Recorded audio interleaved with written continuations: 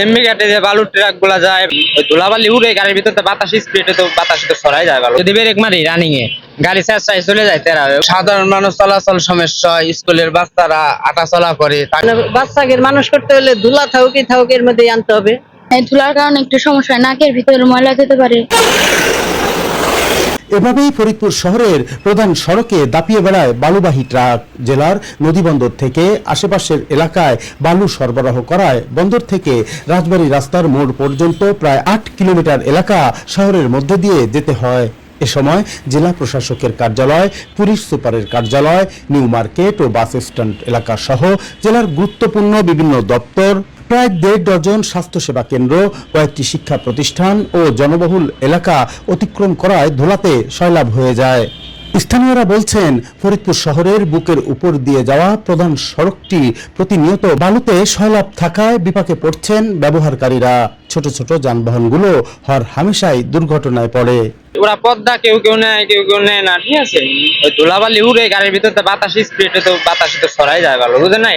ভিজা বালু তো আর দেখা যায় না যে পড়তেছে, কিন্তু চলে যায় এরকম না। ব্রেক মারি রানিং এ গাড়ি চেষ্টায় চলে যায় তেরা, বুঝছেন। এতে ধরেন আপনার অ্যাক্সিডেন্ট হওয়ার সম্ভাবনা থাকে। মানুষের যদি কোনো ক্ষতি হয়ে যায়, এই জন্য তো হালকা পাতলা খারাপ লাগবে। খালি ধুলার কারণে সমস্যা হয় না, এই যে গাড়ি সময় অসময় এসে এমন ভাবে চলায়, ওই গাড়ির উপরে একটা পর্দাও থাকে না, সমস্ত ময়লা আবর্জনা ধুলে বালি দিয়ে রাস্তা তলাইতে হয়। আমরা তো চাই যে পরিষ্কার রাখলে ওদের কোনো সমস্যা হবে না, যে বাচ্চা যাতে অসুস্থ না হয়। স্থানীয় ও সড়ক ব্যবহারকারীরা মনে করেন, ধুলা অপসারণে পৌর কর্তৃপক্ষকে আরো বেশি সক্রিয় হওয়া প্রয়োজন। একই সাথে বালুবাহী ট্রাক চালকদের সচেতনতা বৃদ্ধি সহ দিনের বেলায় নির্ধারিত সময়ের মধ্যে সাবধানতা অবলম্বনের মাধ্যমে বালু সহ নির্মাণ সামগ্রী পরিবহনের বিষয়টি নিশ্চিত করা জরুরি। ধুলাবালি পরিষ্কার দরকার, সুস্থ শরীরে থাকতে পারে মানুষ। এই ধুলাবালির জন্য তো আমাদের মনে করেন যে কি অনেক সমস্যা হচ্ছে, অনেকের শ্বাসকষ্ট থাকে, অ্যাজমা থাকে, এগুলোর জন্য আরো সমস্যা হয় যাদের বয়স বেশি। হ্যাঁ, তো এটা আসলে না থাকলে বেশি ভালো হয়। আমাদের সবারই প্রত্যাশা যে আমাদের এই রাস্তাঘাটের যে পরিবেশ, এটা আসলে পরিষ্কার পরিচ্ছন্ন থাকা দরকার। পৌরসভা কর্তৃপক্ষের কাছে আকুল আবেদন যেন এটা পরিষ্কার পরিচ্ছন্ন থাকে। শহরময় বালুর উপস্থিতির ভয়াবহতা উপলব্ধি করতে পেরেছেন জেলার পরিবেশ অধিদপ্তরের কর্মকর্তারাও। অবিলম্বে প্রতিষ্ঠানটির পক্ষ থেকে পৌর কর্তৃপক্ষকে আরো বেশি সক্রিয়করণ ও পরিবেশ বিনষ্টকারীদের বিরুদ্ধে ব্যবস্থা গ্রহণের আশ্বাস দেওয়া হয়েছে।